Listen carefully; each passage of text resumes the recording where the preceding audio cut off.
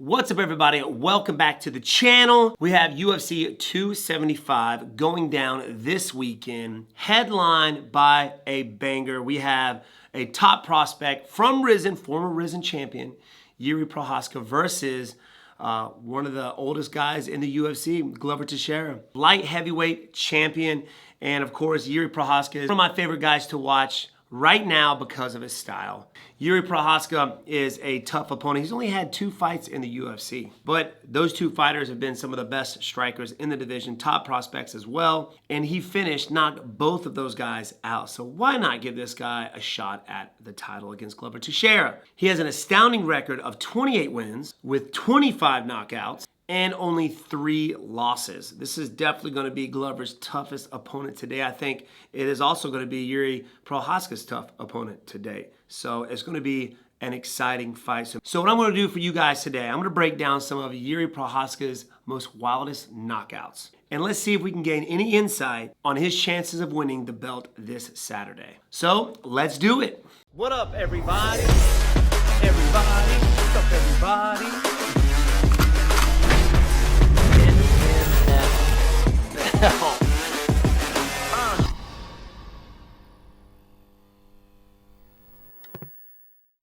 So before we get into the video, a quick shout out to this video sponsor, DraftKings. UFC 275 is stacked. Step into the octagon with DraftKings Sportsbook, the official sports betting partner of the UFC. Knockout, submission, or even judge's decision, no matter who wins or how the fight ends, new customers can bet $5 on UFC 275 and get $150 in free bets instantly. UFC 275 has some awesome fights. We have the rematch between Zhang Weili and Joanna Jędrzejczyk. The first fight was fire. I can't wait for this one. Co-main event, we have the Bullet Valentina Shevchenko, the best female striker in the history of the UFC, defending her belt against Taila Santos. There's another title on the line in the main event. Glover Teixeira is defending his title against Jiri Prochazka. And if you've ever seen these 2 guys fight before, it's going to be fireworks. So if you're looking for a big payday, check out DraftKings Sportsbook's newest UFC feature, Same Game Parlays. Combine multiple bets like which fighter will win, number of knockouts, and more for your shot at an even bigger payout. If DraftKings Sportsbook is not yet available in your state, check out DraftKings Daily Fantasy, where they will have huge contests for this weekend's fight. So download the DraftKings Sportsbook app now. Use promo code Wonderboy. Throw down $5 on the UFC 275 and get $150 in free bets instantly.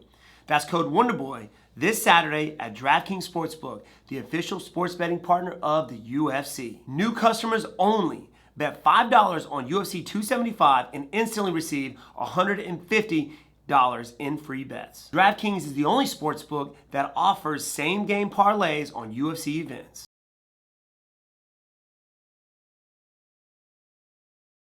Now let's get back into the video. Now, if you notice, man, this guy is wild. Prochazka throws a lot of stuff from weird and awkward angles, flying knees.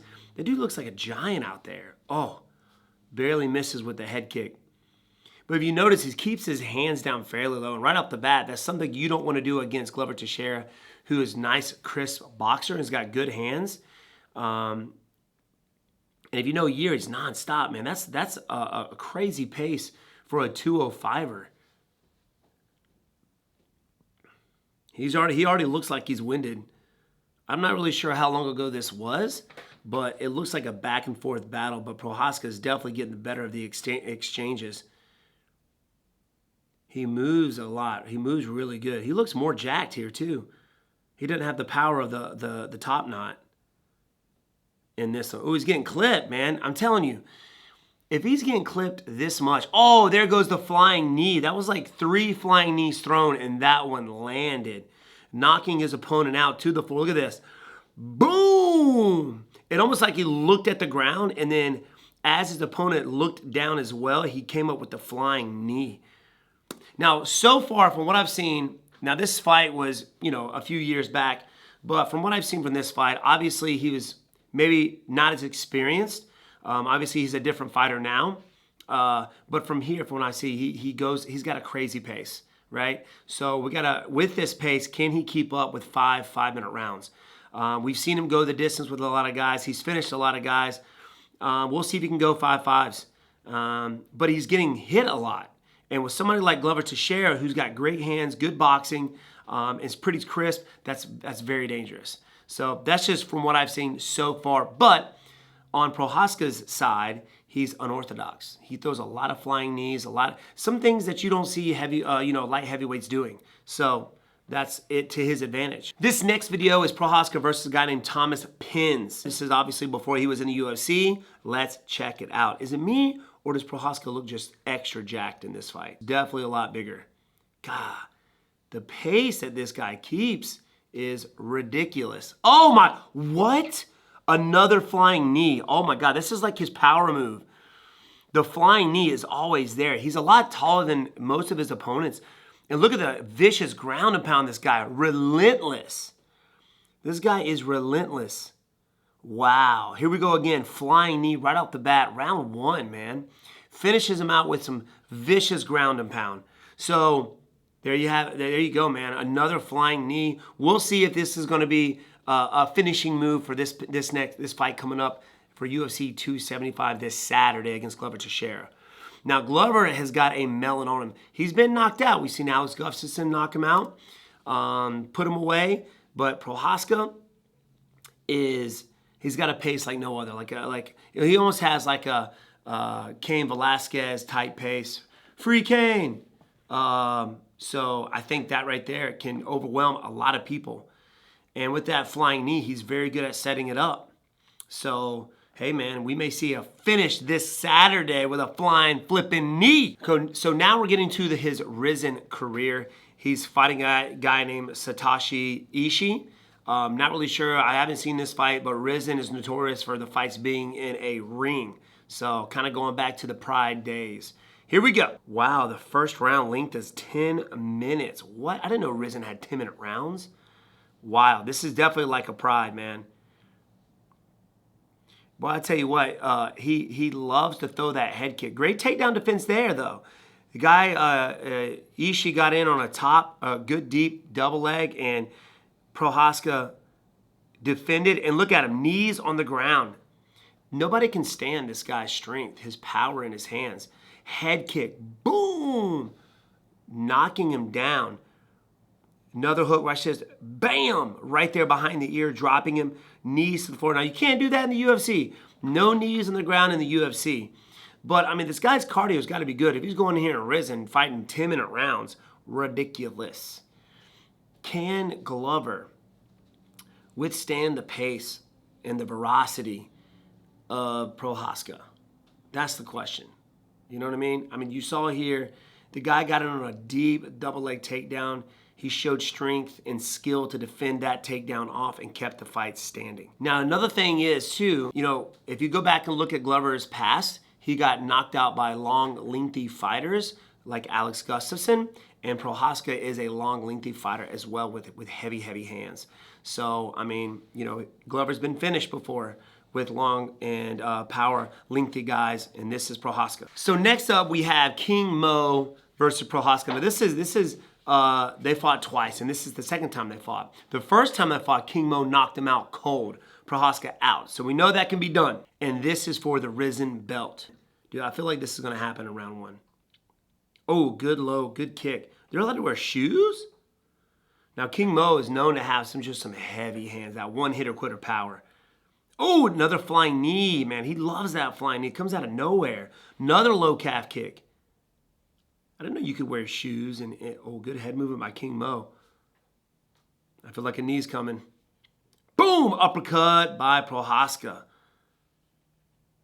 Dude, we're down. This is round 2, by the way. 30 seconds left. Oh. Okay, round 3 right here. Here we go. In close battle. He's still keeping that pace up, man, for round 2. I think these are like 3-minute rounds. I'm not sure. Oh, dude, King Mo looks exhausted, and Prochazka looks still fresh, man. He's still rocking. So he's able to keep that pace up against a strong opponent. Here we go. King Mo is down and out. So his cardio looked great. King Mo started to fade as the fight went on. He's a very powerful guy. You can see that happening. But, you know, Prochazka is showing good cardio. So let's go. I mean, you got to have that if you're going 5-5 rounds, you know what I mean, Jelly Bean? And it looks like he's got it and keeping the pace up with accuracy. The only thing still is that he doesn't keep his hands up, right? I'm notorious for that. So I guess he's relying a lot more on his awkwardness, right? And his strikes coming from nowhere to land a strike, which is smart. And he's relying on his head movement. You know, I've been knocked out, obviously, with my hands down. So is he. So it's not like, you know, he's good enough. He's been doing it long enough to where he can do that, right? I don't recommend that for just anybody. But that's what makes Prochazka Prochazka.